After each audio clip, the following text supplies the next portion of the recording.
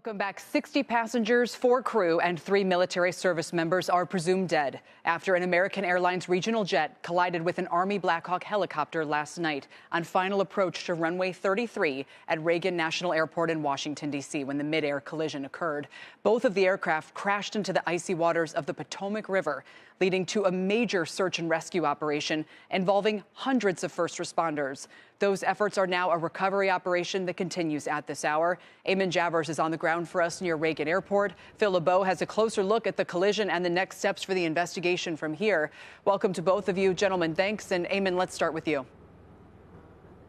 Well, Kelly, we're learning a little bit more now about that Army Black Hawk helicopter crew. According to NBC News, citing officials, one of the soldiers apparently killed in the crash was a woman. Another one was an instructor pilot, that is an experienced pilot who was on hand to lend some of that experience to the crew. The crew was on a training mission. This is part of an annual training exercise that they do. No additional information on names, but we do know that the Pentagon has been working on notifying next of kin to those soldiers who were killed last night. Meanwhile, we've been able to get some audio from the air traffic control tower here at Reagan National Airport and reconstruct that audio with some of the video to give you a sense of just how chaotic those final moments were. And you can hear in this audio that I'm about to play for you, the air traffic controllers trying at the last moment, trying to head off this disaster. In the end, they weren't able to do it, but you can hear those efforts in this tape. Take a listen. Did you see that? I'm not sure if you're aware of what happened. If you want to go back to the gate, I don't know if we're going to resume operations in the near future. I believe they're going to close the airport for an indefinite amount of time. My suggestion is you go back to the gate. All fixing traffic has been paused. And you can hear the air traffic controllers just before that advising the helicopter to proceed behind the jet plane. For whatever reason, that communication was either unheard or not responded to.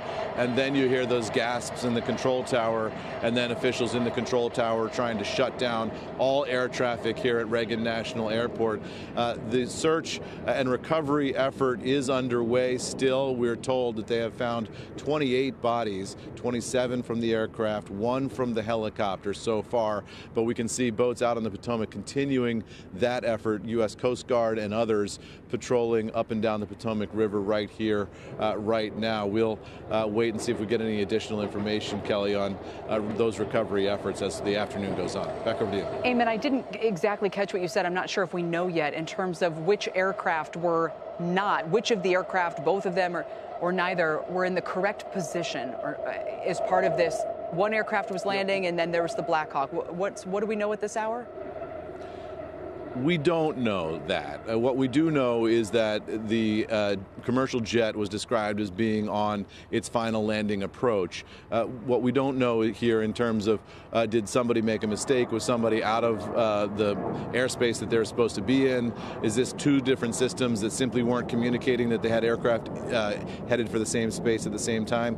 Those questions are all going to be looked at by the NTSB and, of course, the U.S. military. One of the questions that's been raised already today is, why is the Army doing these training flights right next to Reagan National Airport? If people have to have annual training certifications, can that be done someplace where it's clear of civilian aircraft? Now, obviously, those Black Hawk helicopters, Kelly, come up and down the Potomac River all day long, every day. You see them constantly about 300 feet above the water.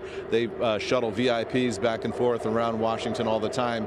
So those pilots will have to have some training in this congested, civil aviation area. Even as they're able to handle those Black Hawk helicopters, they also have to have training in how to interface with the regular commercial aviation that's going on here in Washington, D.C. So you could see an argument for why they have to train with it, but a lot of questions will be raised, and we'll wait for some of those answers from the appropriate authorities, Kelly. Eamon, thanks. Appreciate it for now.